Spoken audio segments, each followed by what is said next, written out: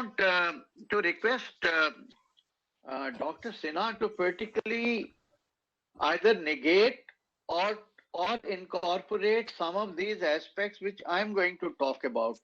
And also request Anurag Jyoti to look at dispassionately. It is not sacrosanct what I'm going to tell you.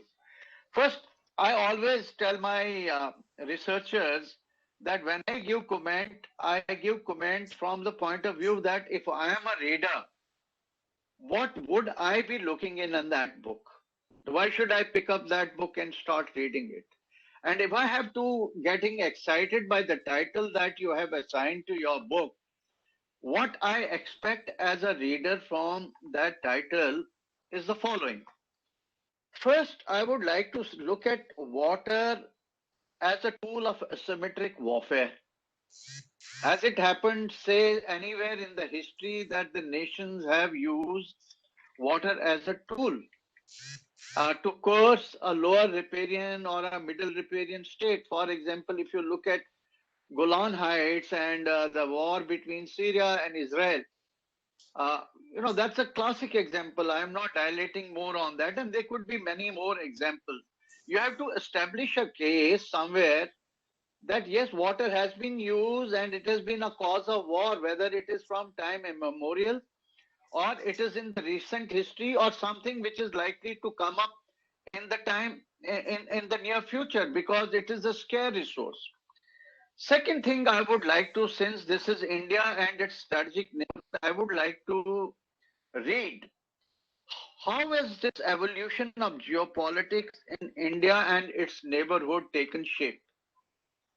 Some of these treaties and blah, blah, blah that you mentioned, that the reader must get a very clear understanding rather than getting into the clauses and this and that or this thing.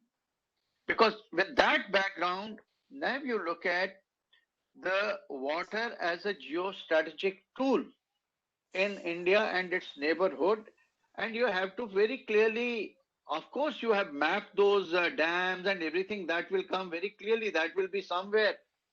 But you have to look at the upper riparian state, what competitive advantages and leverages it has. Similarly, you look at the middle riparian states, which India is, and you look at the lower riparian states and the relations in between. Who's got a competitive advantage and who's got a vulnerability in this entire matrix.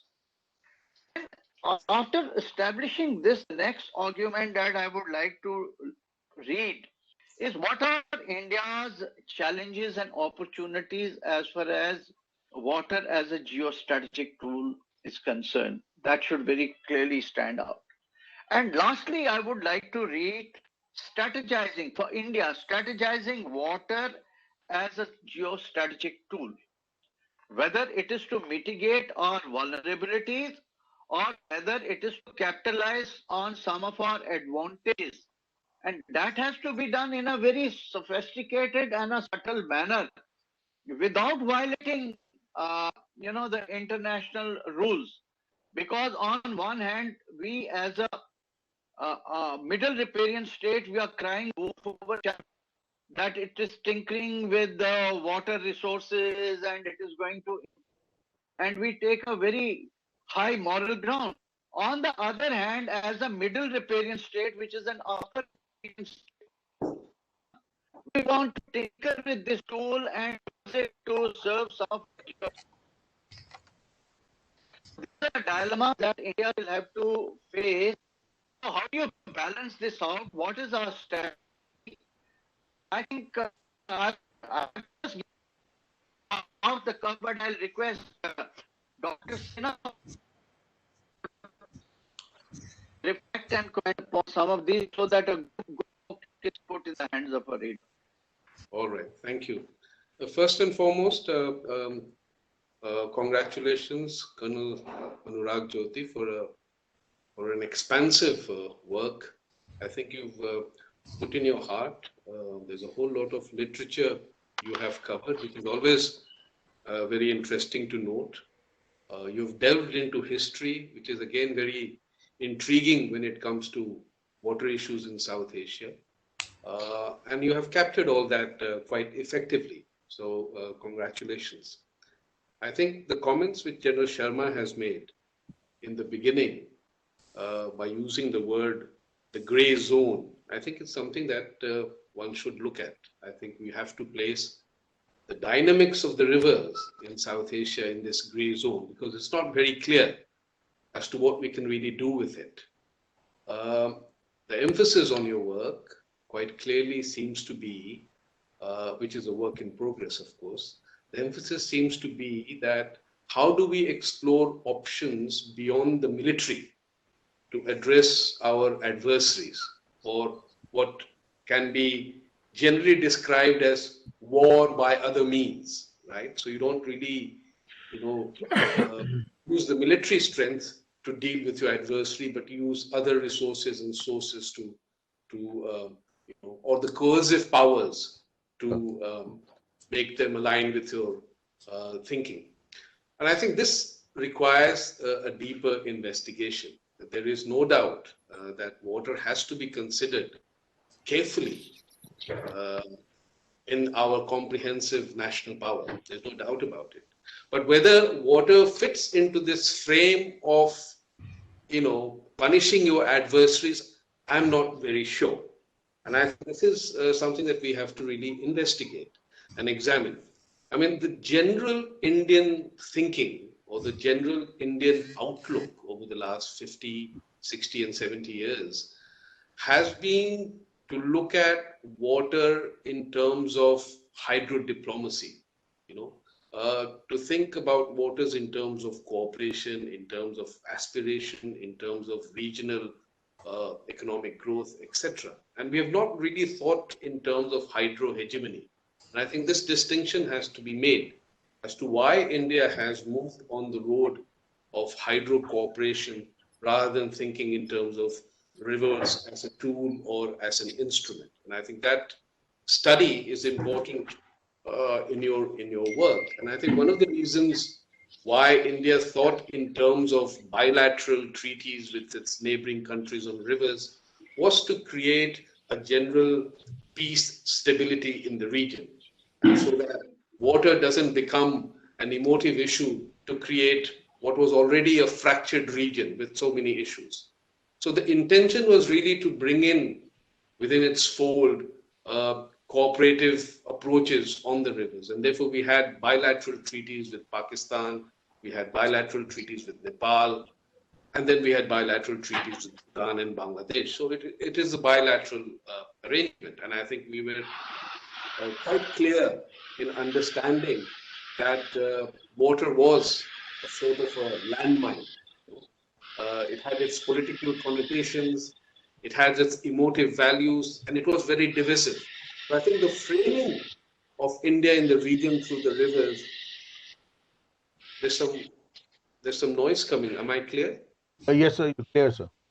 Yeah. So the framing was largely hydro diplomacy and not hydro hegemony, and I think that needs to be clearly established. Now, whether water can be used as a tool or an instrument for political objectives, I think remains unclear.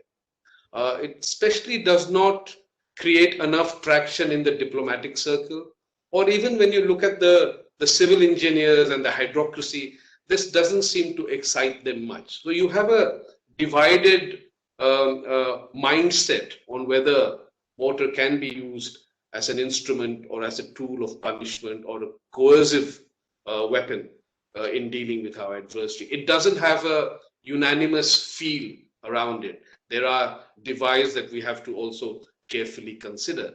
And so if you look at the political leaders throughout our 6 decades of our relationship with the neighbors, I don't think political leaders, despite all bellicosity and aggressiveness, they still at the end of the day look at water as a utilitarian object, water in terms of development, water in terms of economic growth, water in terms of jobs and aspirations.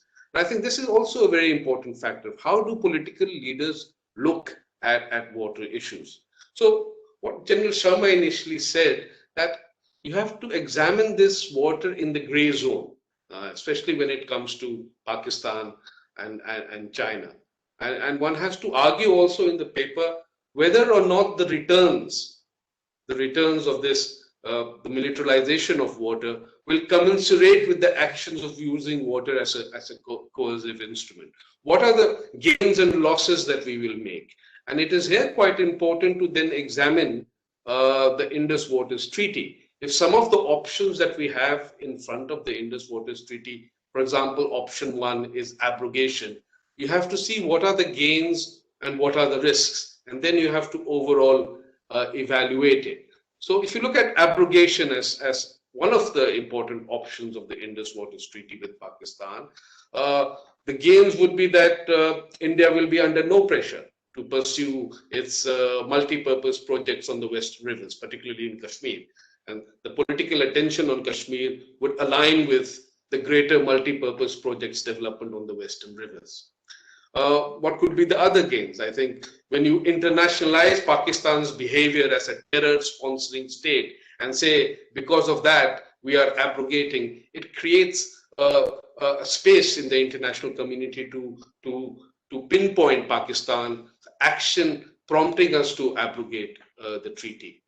It might also compel good behavior from Pakistan when faced with the reality of probably dealing with, an assertive India which is ready to break the treaty, which is ready to abrogate the treaty. Of course, we don't know. It could also go in a different direction. It may also provide opportunity for restarting work on some of the projects that we have lost over the years. For example, the Tulbul navigation project. So what I'm trying to say is that each options that you put forward in your work needs to be framed through a cost-benefit analysis, right? And I think there are risks as well in terms of abrogating the treaty. It may not go down well with the image of India as a responsible country. Now, you cannot dismiss this. It is a very important image of a responsible country, of a responsible upper riparian country, of a responsible upper riparian democratic country, right? So I think these are images and these are issues that you have to bring in and examine. Pakistan, on the other hand, may internationalize India's abrogation of the treaty by suggesting that it's hydro-aggression and try to win sympathy from the international community. So I think these are cost-benefit analysis one has to examine. Look at the second options on the Indus waters. For example, the option of revision or review or renegotiation on the treaty. What does that do? Or what are the gains that India can have? What are the risks that India faces? The risk could be that, renegotiation on the treaty, and we have many treaties, remember, in South Asia, with Pakistan, with Nepal, hydro cooperation with Bhutan, 1996 Ganga Treaty with Bangladesh. What does that do to these treaties then? Does it open the Pandora box? Must then we be prepared to face Pakistan's offer of joint basin management if we move away from the Indus Water Treaty? So there are ways of looking at these options that India has, and I think you have to frame this in the cost benefit analysis.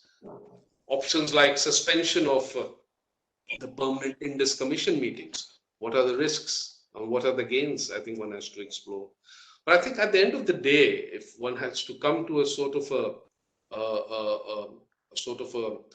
concrete emphasis on one of the options that India has, and that, for me, I think undoubtedly is to utilize the provisions of the treaty, which we have not done in the last 7 decades. And at least I would look at how do we operationalize or maximize or utilize the provisions of the treaty. And there's a whole lot of way we can do towards that, both on the eastern rivers and on the western rivers. And I think there are comprehensive gains that India can make, staying within the norms and the modalities of the treaty, yet we can have maximum gains on it. And I think that is something you can also focus on. You had a bit on the Kabul rivers. This is a very interesting way of looking at pressurizing Pakistan. We haven't looked at it in great details, and this is an area which I think would bring in some new attention and new knowledge. Harnessing the waters from the Kabul rivers, I think the Afghanistan government has many multi-purpose projects. So your voice is getting, sir. Sorry. Can you hear me now? We can hear you. Sir, All right. could you please repeat, sir? Kindly repeat, sir. I couldn't hear the last part. No, the emphasis on the harnessing of the water from the Kabul rivers Now we can. is a very good area which you can concentrate on. We haven't paid much attention to this. We know that Afghanistan has many multi-purpose projects on the Kabul rivers. So we've had very successful interventions on hydro projects in Afghanistan. We have completed the Salma Dam project, and I think India must engage Afghanistan proactively for the execution of many of these projects in Kabul. I think it has a larger strategic gain here. And I think in many ways we will indirectly sort of put pressure on Pakistan.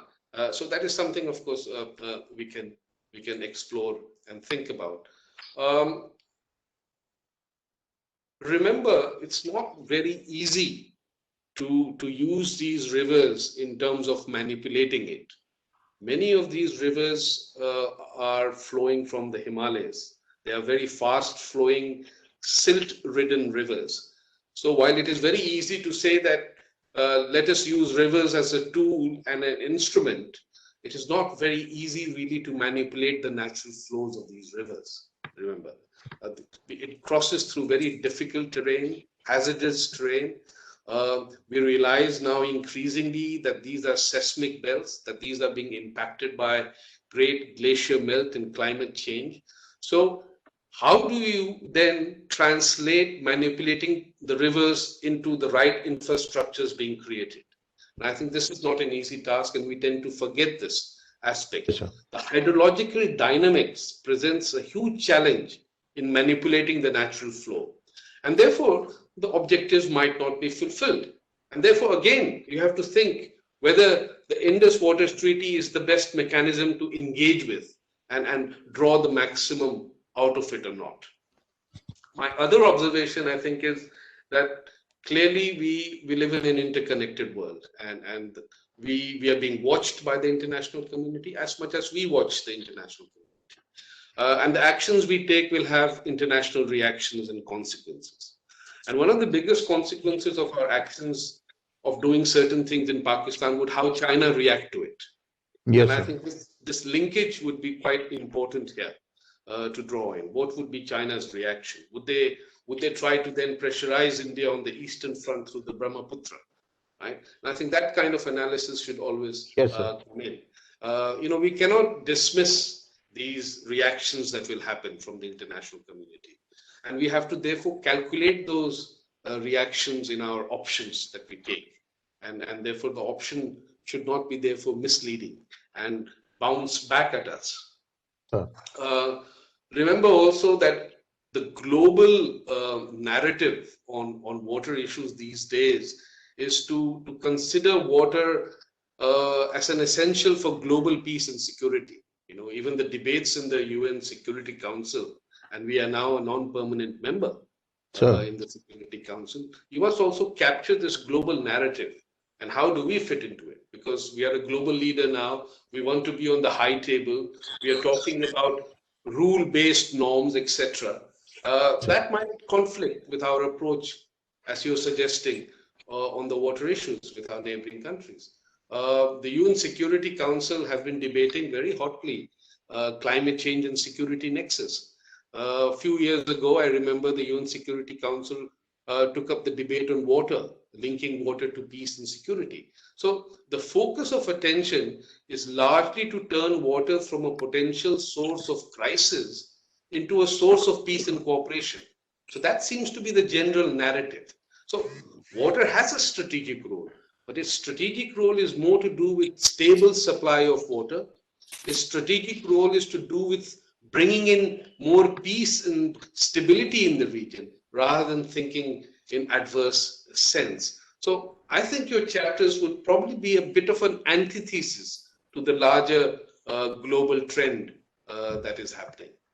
And my last point, and this is largely academic, is that when you do a comprehensive study like this and the outcome is a book, I think it's important to conceptualize, contextualize, and problematize the issue. You have a whole lot of information, a wide survey of literature.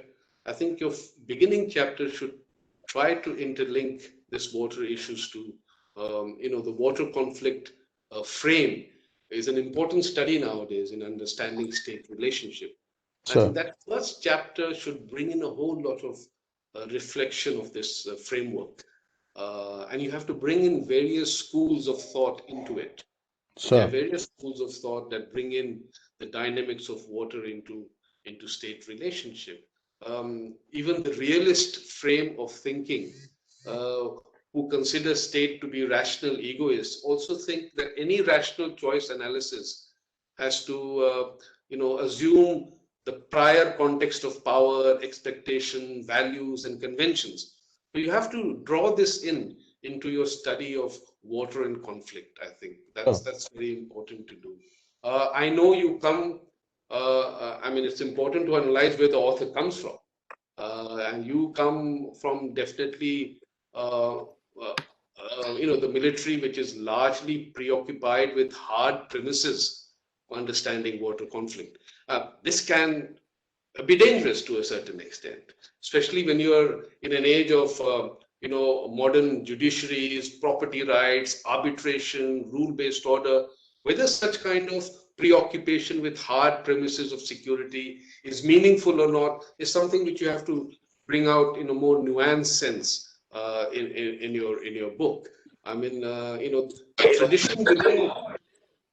the tradition within the security analyst these days is to think more in terms of hard politics and conflict, rather than also bring in interdisciplinary approaches like cultural, scientific, human-centric objects, into our thinking. So this is some thought and consideration I had.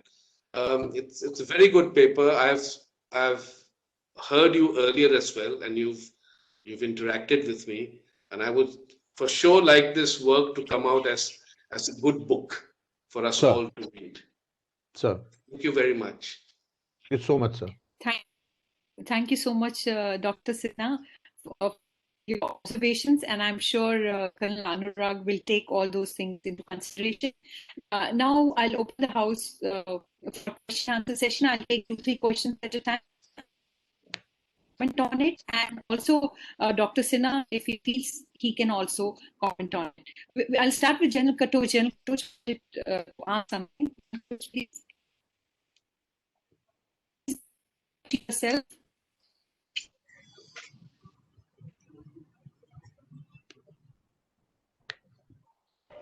Can you hear me? Yes, sir. Yes, I can hear. Yes. Questions in mind, and of course, I'll discuss the second one first, because for the second question, during course of the presentation, Anurag gave the answer also in parts, and that question was that what is China's stand in water sharing? Is it in line with the Harmon Doctrine, or is it in line with the Helsinki rules? And of course, the answer that came on a little later was when you covered the thing about the UN convention. Then I understood that you said that China is not really speaking, without even saying it. Probably it is actually following the Harmon Doctrine, and which is that the upper riparian has all the rights. So might is right. Like Harmon Doctrine is like might is right. Yes, so the upper riparian has all the rights. Yes, and I guess that is what it has been doing towards the Mekong side.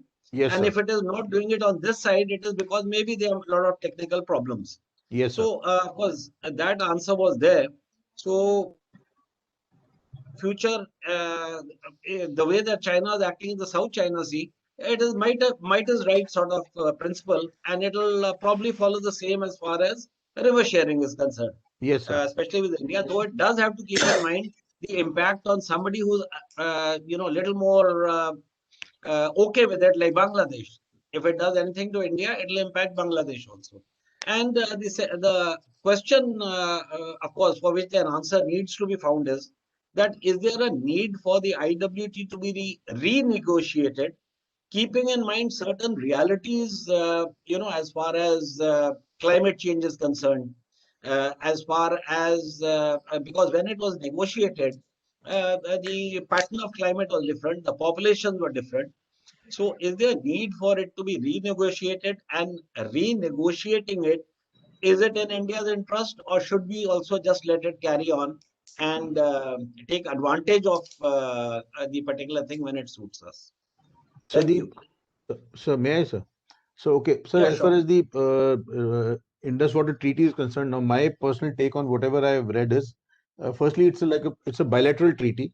Though two of the major rivers out of them, the Satluj and Indus, they originate in China, and China is nowhere part of the treaty. So in case China does anything to Satluj, and I mean the waters coming into Satluj and Indus, really it will impact the entire water treaty that we have with Pakistan. And Pakistan is going to ask for the amount of water that it has been apportioned as part of the IWT. And India may not be in a position to give that kind of water. So ideally, it should be renegotiated with all the core riparians involved, which includes probably even Afghanistan. But will it be in India's interest? Because there were certain realities, or there was a context in which Pakistan and India were able to, negotiate and sign the Indus Water Treaty. Money being one. I mean, both the countries were newly independent. We needed international funding, and that probably pushed us to a large extent in solving that issue. I mean, amongst other things. I mean, I'm just saying. So those realities may not be there right now, and the kind of political rhetoric that is there on both the sides, when we are not even ready to talk to each other on anything. So I doubt that there will be any kind of a meaningful discussion which takes place for renegotiating the IWT. So, I mean, I have to still work on it, though, because that is one of the thought processes that I have. But as of now, it really seems a no-go. Okay, and last point I'll make before somebody else can ask a question is that, and of course, Mr. Sinha can also comment upon it since he's an expert in the field.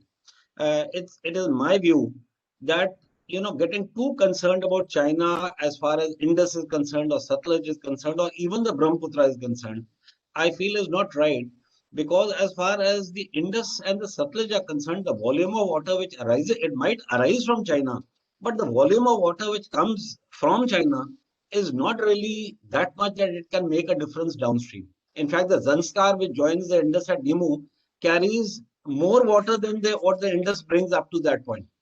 Right, and same would be the case in Satluj, which I really don't know too much about. And Brahmaputra, of course, I do know that about 70% of the water of the Brahmaputra arises within India, or maybe 69%, 68%. So, of course, Mr. Sinha can comment upon that later. Thank you.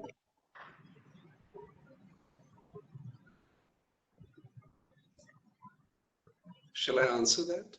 Yeah, I think that'd be good. Okay. No, you're absolutely right that we shouldn't be too concerned about China, either on the Satluj or on the Brahmaputra. And I think I've often expressed that. Fortunately for us, we receive more water on our side when it comes to the Brahmaputra. And I think the focus of our attention should not be so much on China, and our focus of attention should actually be with Bangladesh on the Brahmaputra. And there are many, sharing of the benefits that we can think about, like we have on the Ganga, also in terms of sharing benefits on the Brahmaputra. But China has a tremendous nuisance value, and there is something that we do need to calculate, especially on the projects in the Pakistan-occupied Kashmir, also in certain parts of Ladakh, in which they control the rivers. They will get far more proactive on the Western Front, and their sort of tying up with Pakistan would further legitimize the whole process, I think, with our actions. So I think in terms of calculation, it's important to consider that China are investing a huge amount on the infrastructure projects on the rivers, on the POK, and this will further sort of activate the whole process and further bring the two as a strong nexus, in the whole larger dynamics of politics in South Asia. So, and also the reaction that certain actions that we do on the Indus Waters Treaty might have with Nepal, for example, or even with Bangladesh. You know, Bangladesh at this stage is a very crucial country in our larger neighborhood construct, especially when we are thinking more in terms of sub-regional cooperation. This 50 years of Bangladesh period that we've had, there's a whole lot of celebration going on. And I think the recent Foreign Secretary of Bangladesh, when he was in India, mentioned three important pillars in which we could really plug in ourselves to Bangladesh. One, of course, is trade and commerce, which is very important for regional prosperity.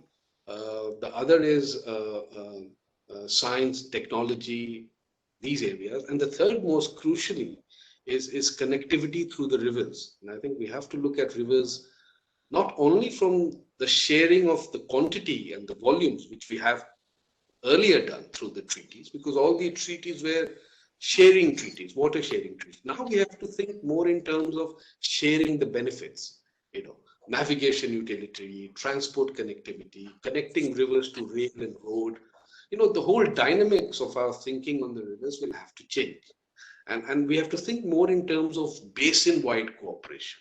Our bilateral significance in the past had a certain purpose and a certain meaning, and it still continues to hold so. But we have to also think in terms of basin-wide cooperation.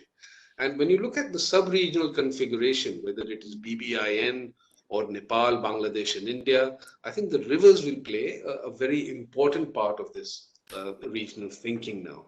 So I think, you know, while it's adventurous a time to think using rivers and manipulating in terms of you know, subjugating your enemy. It seems very exciting to do so on ground, and the reality is something that we have to also calculate when we think like that. Yeah.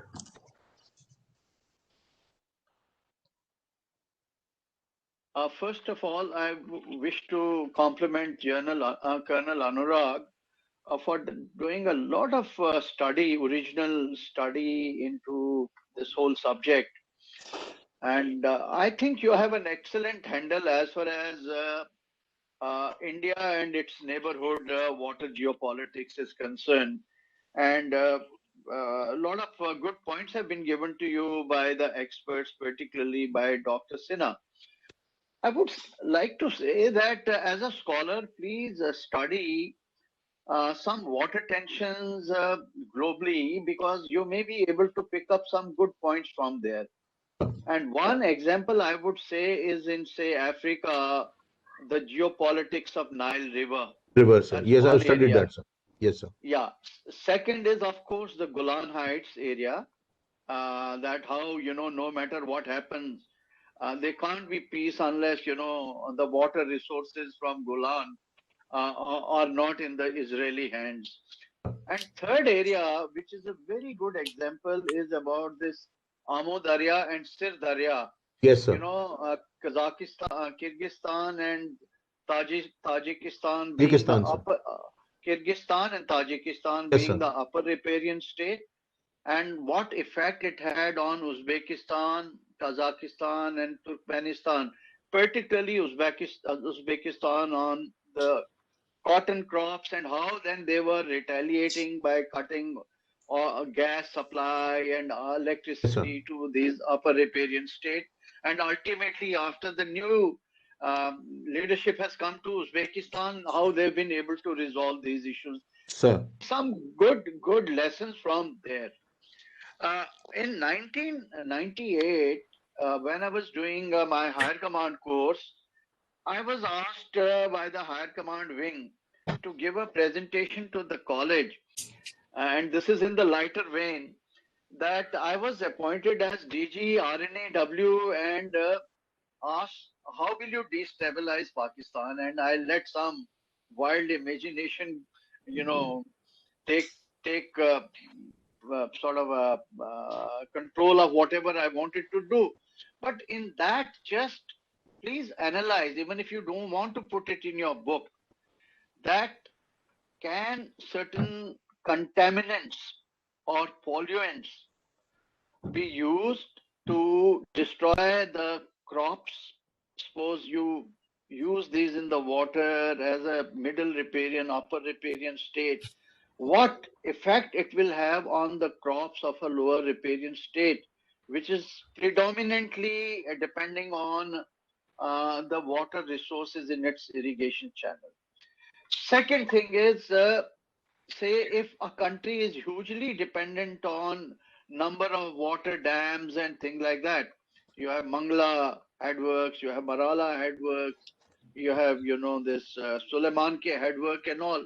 Do you require some kind of a targeting capabilities to cause damage to these, and also the protection of that? Because tomorrow, if there is really is a punitive deterrence capability that you want to use, Sir. then in that punitive deterrence capability, you're looking at some strategic assets, you're looking at certain, other critical infrastructure. But Pakistan is extremely vulnerable as far as its water holding projects are concerned, its dams and all that. So you could also look at that as a researcher, whether you want to include it in the book or not is a subsequent matter. Sir. So with these comments, I thank you once again for a very comprehensive study, and I hope, as Ambassador Rajagopalan said, you need not to pump in everything in your book. You have to be very selective, so that a very fine book, not more than about 150, 200 pages, comes in the hands of a good reader. Yes, sir. Thank you. Thank you so much, sir. Thank you. I would like to thank Dr. Sinha for his expert comments, and I'm sure Col Anurag will benefit from all the discussions what we had today. May I thank all of you for attending this webinar. Have a very good afternoon. Thank you. Thank you so much, ma'am.